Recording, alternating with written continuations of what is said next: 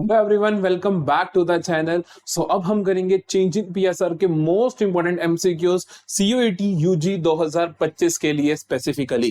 किस तरीके से आपसे एमसीक्यूज पूछे जाने वाले हैं, कैसे कैसे क्वेश्चंस आएंगे, हर तरीके का क्वेश्चन हम यहाँ पे डिस्कस करेंगे।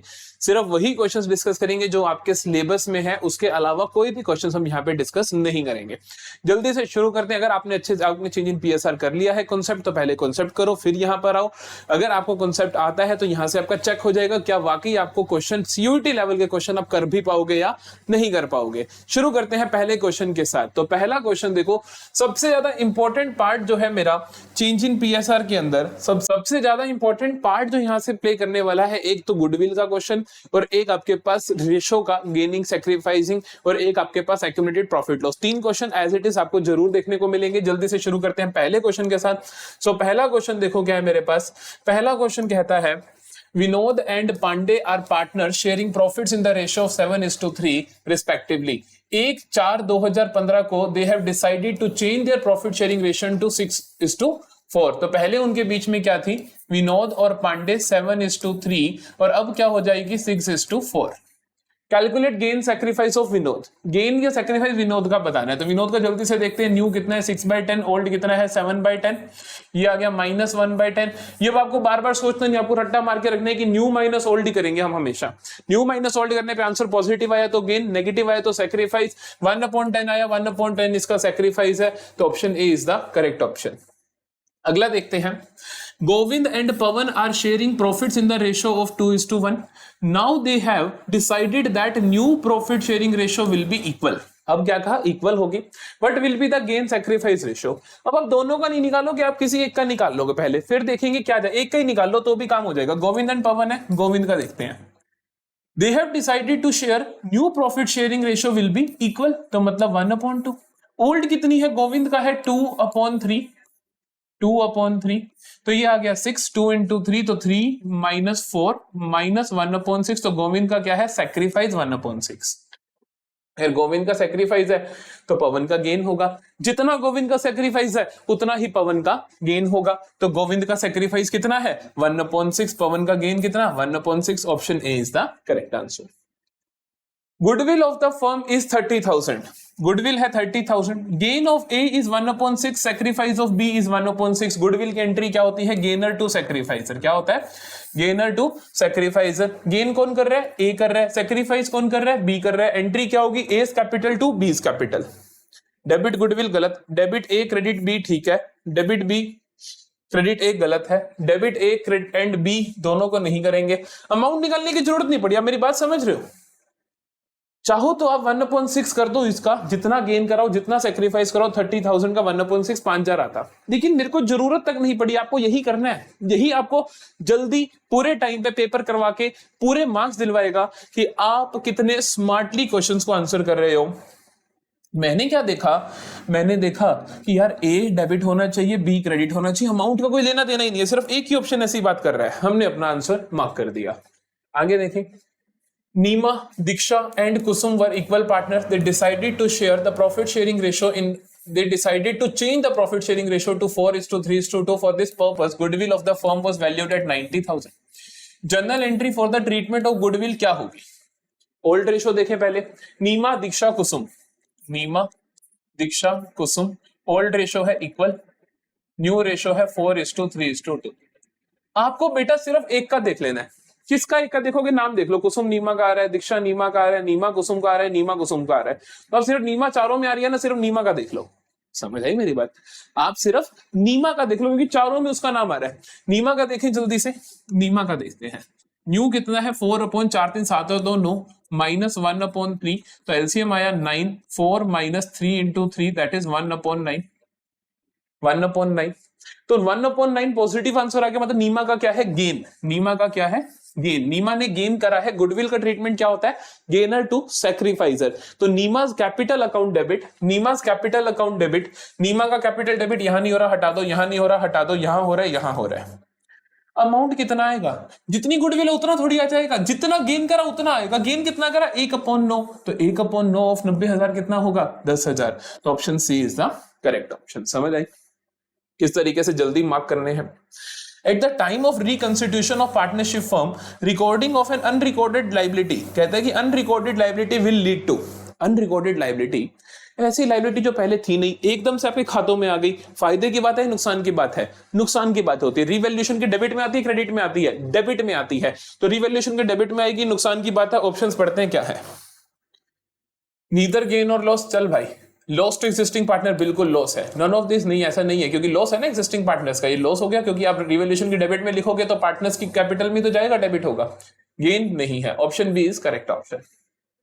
अगला देखते हैं, कहते हैं E F and G are partners sharing profits in the ratio of 765, their fixed capitals are 70,000, 40,000 and 80,000। उनके फिक्स्ड कैपिटल्स क्या है, 70, 40, 80 respectively. It is now decided that total capital of the firm should be 3,60,000। वैसे CUT के syllabus में लिखा नहीं हुआ कि आपका एडजस्टमेंट ऑफ कैपिटल आएगा, फिर भी मैं एक क्वेश्चन आपको करवा रहा हूं, एक ही करवाऊंगा कि टोटल कैपिटल फर्म की होनी चाहिए 3,60,000, क्योंकि एडमिशन में लिखा हुआ है तो फिर एडमिशन का है तो सेम ही सिमिलर क्वेश्चन है। And should be in the profit sharing ratio of partners, ठीक है। Calculate the amount of capital contributed by individual partner.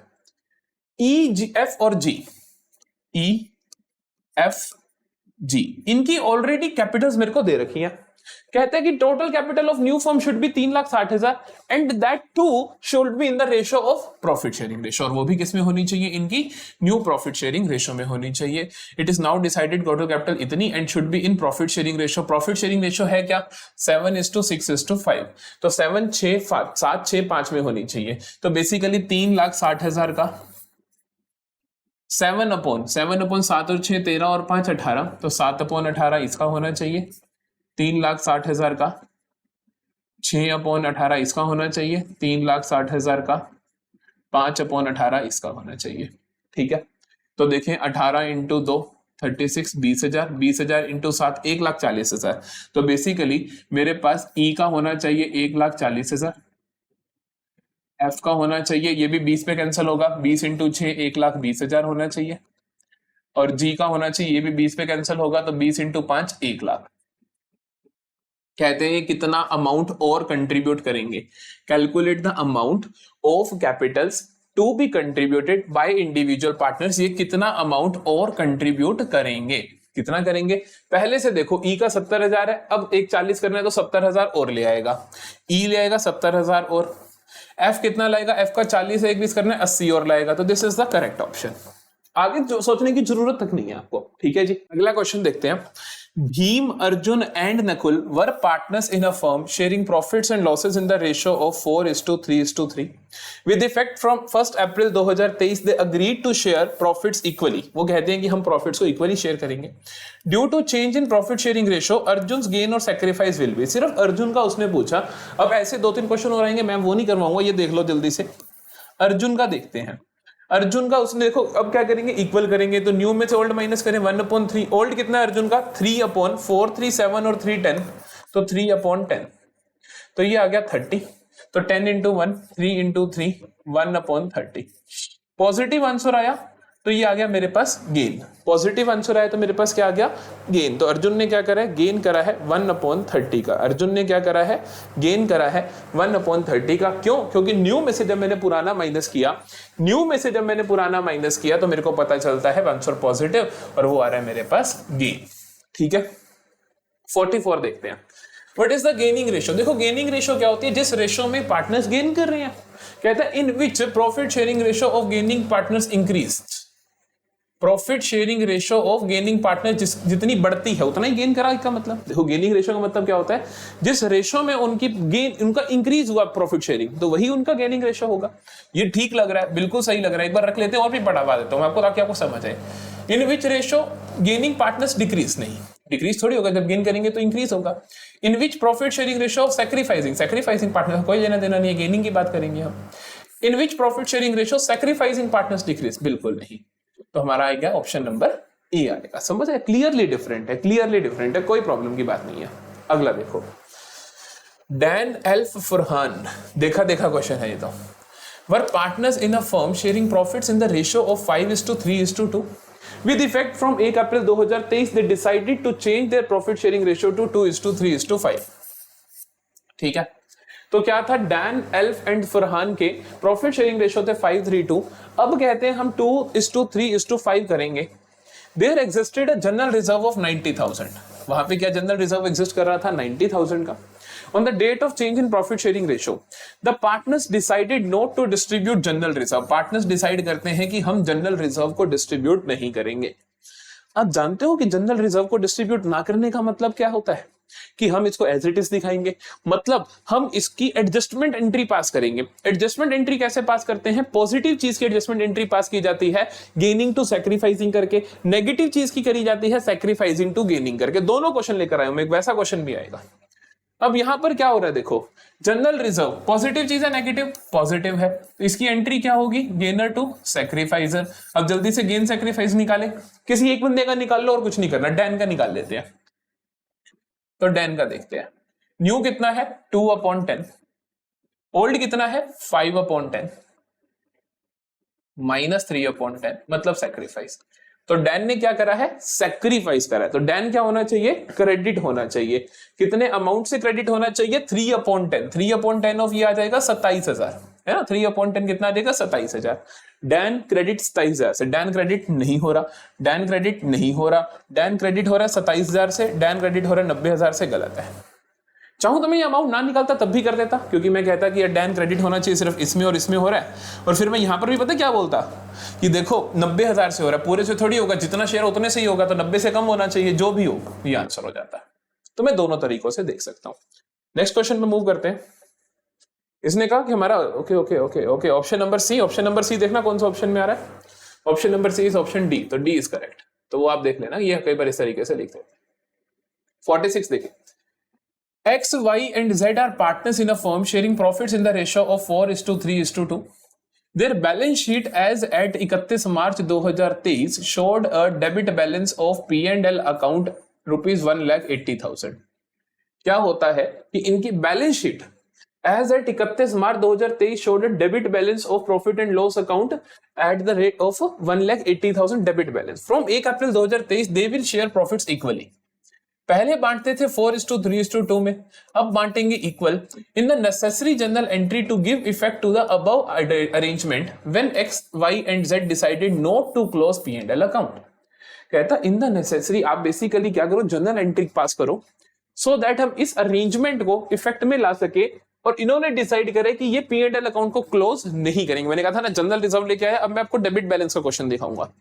वो इसको क्लोज नहीं करना चाहते, इसका मतलब वो राइट ऑफ नहीं करना चाहते, मतलब एडजस्टमेंट एंट्री पास करनी है। एडजस्टमेंट एंट्री कैसे पास होगी, एडजस्टमेंट एंट्री पास होगी वो होती है अगर पॉजिटिव बैलेंस हो तो गेन टू सैक्रिफाइस।